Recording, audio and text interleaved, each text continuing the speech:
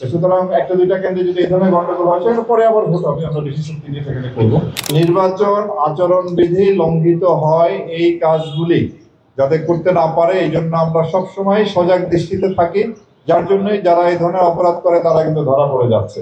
আজকে এখন থেকে নির্বাচনের আগ পর্যন্ত আমরা সর্বোচ্চ সতর্ক অবস্থায় থাকব এবং আমরা আশাবাদী যে এই ধরনের আচরণবিধি লঙ্ঘনের ঘটনাগুলি যাতে ঘটতে না পারে সেই জন্য আইন শৃঙ্খলাকারী বাহিনী, আপনার এক্সিকিউটিভ ম্যাজিস্ট্রেট, জুডিশিয়াল ম্যাজিস্ট্রেট সবাই মাঠে কাজ করছে এবং ইনশাআল্লাহ নায়াসিনামাইড ও স্যালিসাইলিক সমৃদ্ধ লিলি ফেস ওয়াশ যা ফেসের ডেড স্কিন সেল দূর করে দেয় দ্বিগুণ ফাস্টার ব্রাইটেনিং। আমরা বাকি সময়টাও সুন্দরভাবে সম্পর্ক কাটাতে পারবো।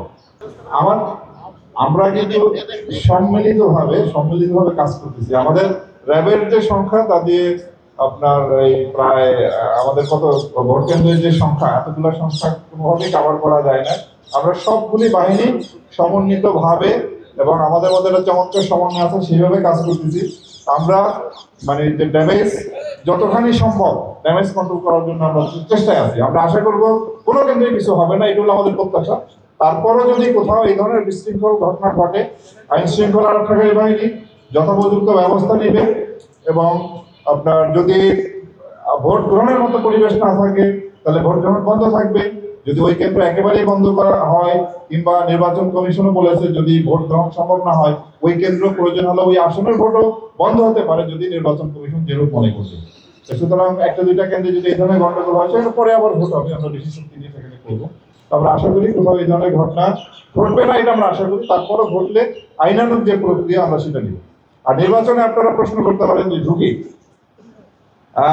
অবশ্যই আছে, ঝুঁকি কেন থাকবে না। তা আমি মনে করি এইবার নির্বাচনে ঝুঁকি তাদের আছে যারা নির্বাচনকে ব্যাহত করতে চাবে, নির্বাচনে জাল ভোট দিতে যাবে, নির্বাচনের ব্যালট বাক্স ছিনতাই করতে যাবে, নির্বাচনের কেন্দ্রে আক্রমণ করবে।